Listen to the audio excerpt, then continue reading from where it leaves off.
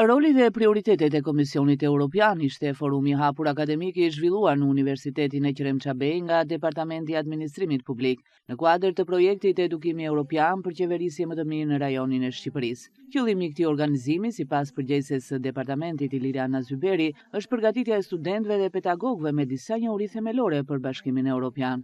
Ky forum konkretisht u organizua këtë radhë për Komisionin Evropian, i cili quhet edhe motor i institucioneve të Bashkimit Evropian, i cili zbaton politikat, i vendos dhe zbaton politikat, si dhe bën mbrojtjen e qytetarëve të Bashkimit Evropian, të tilla që janë të domosdoshme edhe për ne shqiptarët, duke qenë se aderojmë për në Bashkimin Evropian.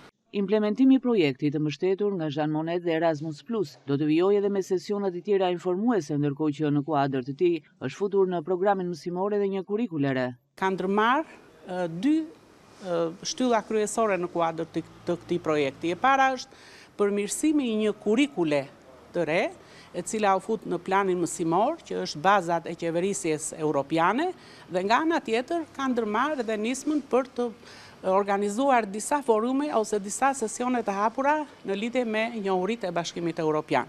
Gjatë forumit u diskutuan edhe shtyllat kryesore të agjendës aktuale të Bashkimit Evropian, si marrëveshja e gjelbër, tranzicioni digjital dhe plani rritjes për Ballkanin Perëndimor.